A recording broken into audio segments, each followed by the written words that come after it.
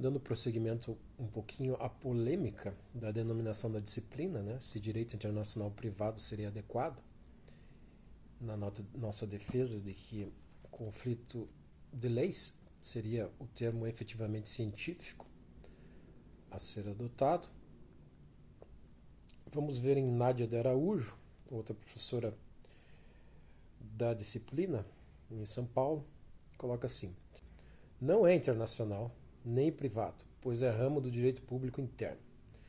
Suas regras determinam quando o direito estrangeiro será aplicável dentro do território nacional. Os manuais da disciplina sempre se preocupam em delimitar o seu âmbito de aplicação, pois o conflito de leis não é o único tema estudado. Ela coloca que não é o único tema estudado, mas depois ela reconhece que, por exemplo, conflito de jurisdição ou de jurisdições vai culminar numa decisão jurisdicional de um juiz sobre a lei aplicável. Então, pode ser englobado pelo termo conflito de leis ou de normas, né? Se concebemos que existem ou podem existir conflitos de normas editadas pelo Poder Judiciário e pelo Executivo. Seu ensino na América Latina foi fortemente influenciado pela escola francesa. Questões relativas à nacionalidade e condição jurídica do estrangeiro ainda fazem parte de vários currículos. Mas esse trabalho filia-se à corrente anglo-saxônica, que procura responder a 3 perguntas nucleares da disciplina: em que local acionar? Qual a lei aplicável? Como executar atos e decisões estrangeiras? Nos últimos tempos, a grande preocupação com a área relativa à cooperação jurídica internacional. Por exemplo, a Conferência de Haia de Direito Internacional está cada vez mais voltado para a cooperação administrativa entre autoridades centrais, como a Convenção sobre Aspectos Civis do Sequestro de Menores, adoção internacional, cobrança de alimentos no exterior. Agora vamos dar uma olhada nos limites à aplicação da lei estrangeira. Em todos os sistemas jurídicos nacionais, há previsão legal para a solução do conflito de leis, nos casos de julgamento da situação jurídica multiconectada. O juiz escolhe a lei aplicável a partir das normas de direito internacional privado, tendo como resultado a indicação da lei brasileira ou estrangeira. Mas o funcionamento desse sistema poderá ser impedido pela aplicação da exceção de ordem pública. Segundo Jacob Dollinger, a ordem pública no direito internacional privado impede a aplicação de leis estrangeiras, o reconhecimento de atos realizados no exterior e a execução de sentenças proferidas por tribunais de outros países, constituindo-se no mais importante dos princípios da disciplina. Não é passível de definição, pois reflete a filosofia sociopolítica jurídica de toda a legislação, aferindo-se pela mentalidade e pela sensibilidade média de determinada sociedade em determinada época. Apurada, quando necessário, para aplicação ao caso concreto, tem por característica ser relativa, instável e contemporânea, cabendo sempre ao juiz decidir o que seria contrário ou não a esse conjunto de princípios. A intervenção da exceção de ordem pública internacional consiste no afastamento da lei designada, ocasionando um efeito negativo, pois sua utilização importaria em um resultado incompatível com a ordem pública do foro. Foro é o país da situação, né, do litígio. Essa exceção, dado seu caráter de excepcionalidade, deve ser empregada raramente. O seu uso gera, aplicando-se à lei do foro, efeitos territoriais em detrimento do sistema de direito internacional privado. Batfall mostrou que, na França, isso era frequente antes da Segunda Guerra Mundial, e que posteriormente os tribunais se tornaram mais tolerantes e compreensivos. Apesar das críticas ao seu uso demasiado, a ordem pública é válvula de escape que pode auxiliar a dar ao sistema de conflito de leis a flexibilidade necessária à sua própria manutenção, especialmente porque o método conflitual nos moldes tradicionais não mais atende aos reclames do momento. A sua utilização gera também um efeito positivo do sistema. André Boucher afirma que a evicção da lei estrangeira pela ordem pública não implica necessariamente a aplicação da lex fori, podendo haver uma regra material especial para ocupar o seu lugar. Ao efeito negativo sucede, como consequência, um efeito positivo, a utilização da regra adequada à situação. Mas não é essa a única maneira de se impedir a utilização da norma estrangeira designada pela regra de conexão. Há situações em que o interesse de proteção estatal é de tal ordem que há normas imperativas ou de aplicação imediata, lois de police, impedindo o uso da lei estrangeira.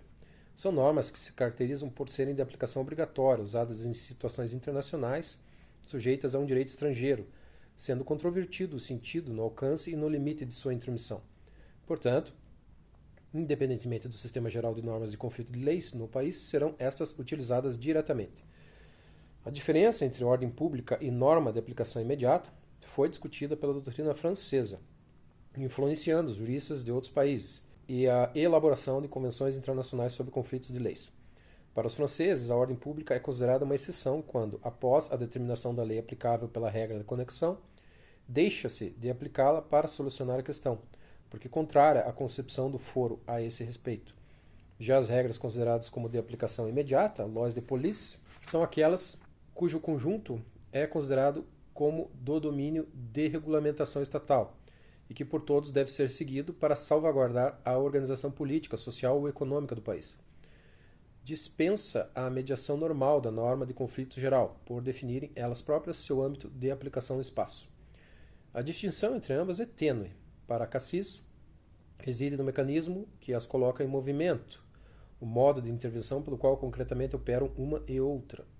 Enquanto a ordem pública seria a exceção, a posterior, da regra de conflito, as normas de aplicação imediata o são preliminarmente e sem que o método conflitual seja utilizado, pela constatação do juiz de que os interesses em causa são de tal importância que a lex fori deve ser aplicada de plano, e o conflito de leis nem mesmo considerado.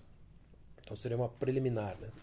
Belandro aponta para a dificuldade de conceituar uma lei imperativa como um dos grandes problemas que cercam a temática. Não são todas as leis que possuem um caráter de imperatividade, de maneira a estendê-las às relações multiconectadas, pois se assim fosse, a utilização das normas de conflito nunca ocorreria.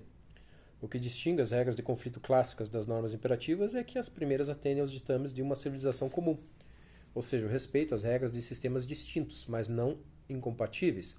Já as segundas têm preocupação maior com a preservação da coerência do ordenamento jurídico interno, ou seja, não lhes interessa dar soluções distintas às situações internacionais, mas sim garantir o cumprimento integral da norma interna.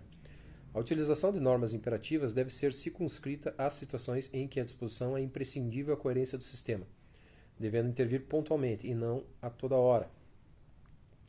A pergunta que se faz é a respeito dos motivos que levariam à aplicação direta da lei do foro no caso de sua imperatividade, em vez da consulta à lei estrangeira competente pela regra de conexão.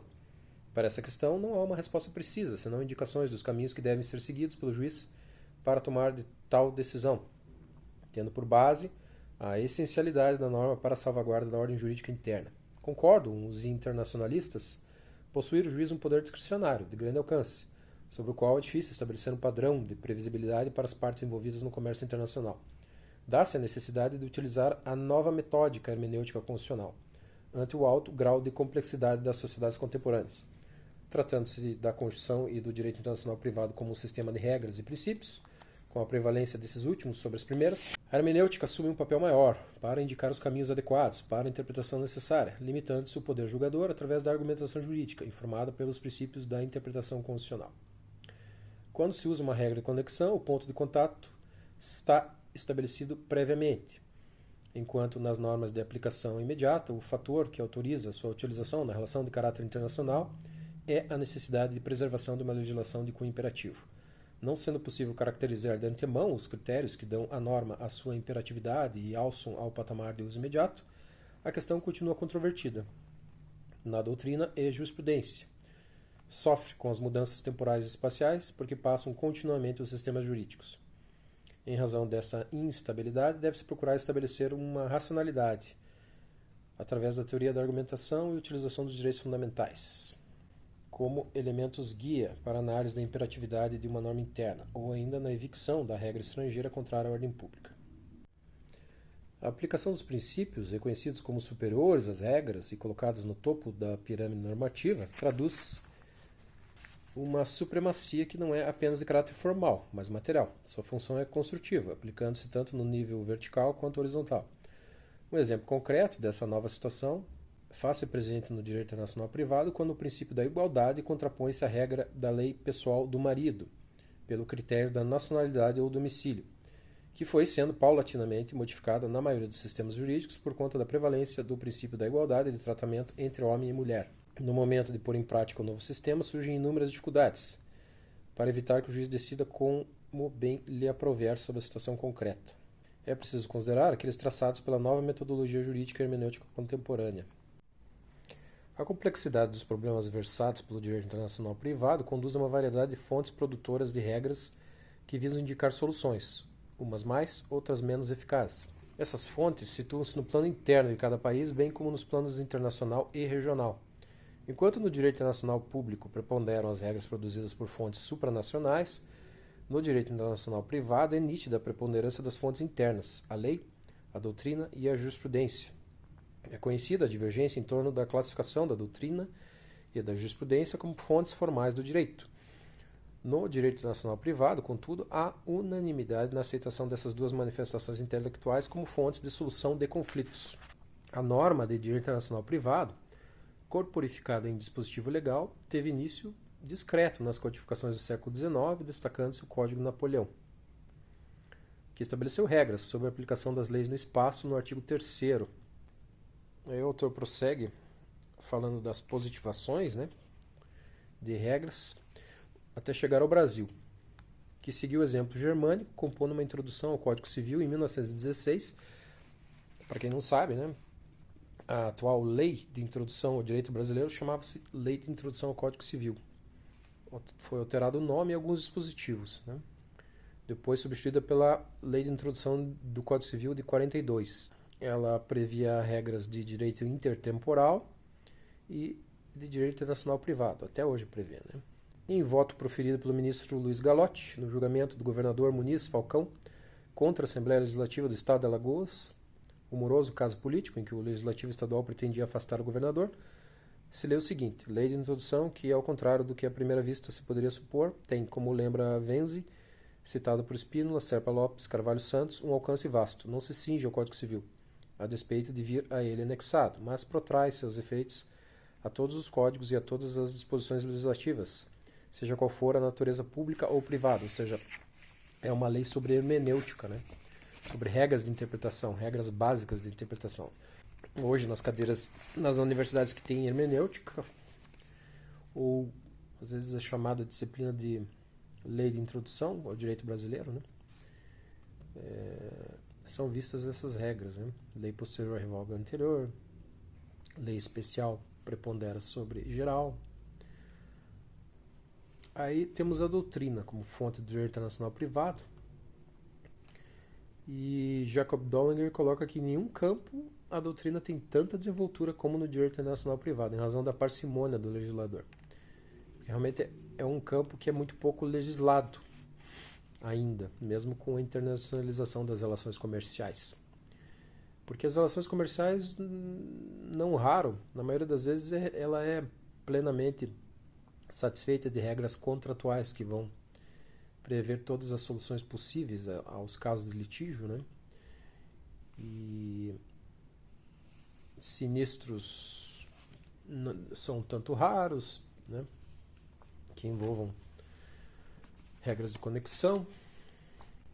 Então os legisladores nacionais se preocupar muito com a disciplina, o que gera uma anomia, e a doutrina acaba tendo que preencher, para racionalizar a aplicação prática do direito.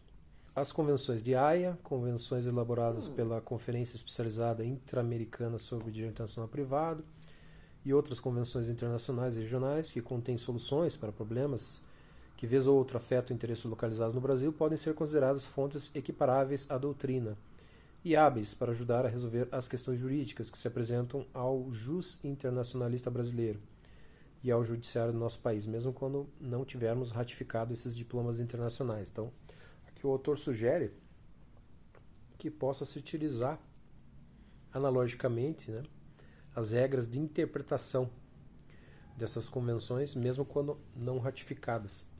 Aí ela não ingressa como lei, ela ingressa como sugestão doutrinária. Aí temos a jurisprudência. Nos países europeus, onde é intensa a atividade extraterritorial, em que os grupos nacionais se interrelacionam em todos os campos da vida, frequentes os matrimônios entre pessoas de diversas nacionalidades e domicílios, permanece o fluxo comercial incessante o movimento turístico, ocorrem fatos jurídicos internacionais a todo momento. Daí a habitualidade com que os tribunais nacionais são solicitados a dirimir litígios entre pessoas de diversas nacionalidades, domiciliados em países diferentes. São países pequenos, né? Os europeus, de regra.